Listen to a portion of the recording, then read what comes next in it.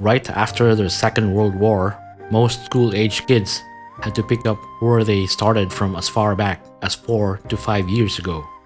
Our little hero was around 8 years old when he started school, while a lot of his classmates were already teenagers by then. They lived in a mountain village around 7 to 10 kilometers from the nearest school in the town of Barongis, North Cotabato. The common practice then, if a student wants to go to school, was to stay with a family in town. For payment, the young student had to do household chores for the family.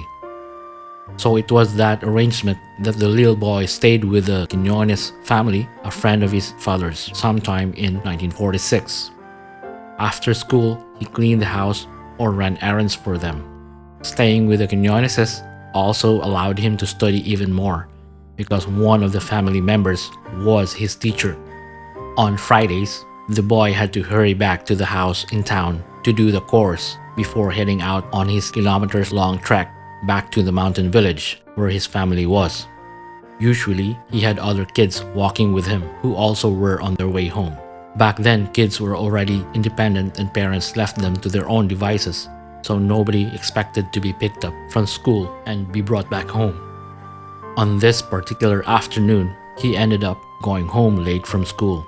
When he got to the Quiñones' house, nobody was home and it was late in the afternoon. He still did his chores and finished at dusk. He had no dinner because the host family was out. He could not get into the room that he shared with the other boys because the house was closed. His fellow working students had already gone home to their own villages.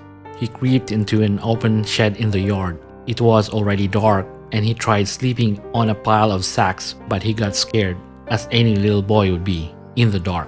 Besides, he was hungry too, and the mosquitoes were bothering him. Right then, he bravely decided to go home. It was already dark. It was dangerous to head into the mountains alone without any street lamps to light the path, with many ravines along the way. He walked to the edge of town, bringing a net bag with his school things in it slung over his shoulder. When he started his trek up the logging road that led up the hills, it was pitch black. He trudged on, in part by memory, and in part by feeling through the shrubs that lined the sides of the road. The moon was pale that night, so he could not count on it. By the time he got to where he reckoned was an open field with low bushes and wild coffee in it, he stopped in his tracks. There were fireflies swarming one of the trees some distance away. From memory, he calculated where he should be going based on the location of the tree. As his eyes got accustomed to the darkness, the faint ribbon of road became gradually visible to him. He continued on his way a little bit faster now that he could see where the road was. The biggest problem after that was he had to leave the road and follow a footpath that led to his village. It was at least 5 kilometers without any light, through trees, bushes, and ravines.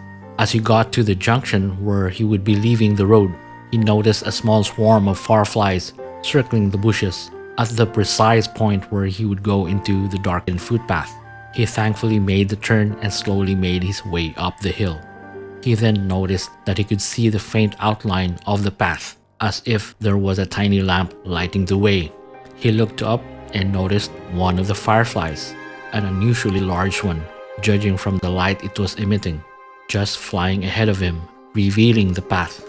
He hurried on to follow it, anxious to take advantage of the light it was providing before it flew away in another direction. Mysteriously, the firefly never left the path. It just continued on for the rest of the way.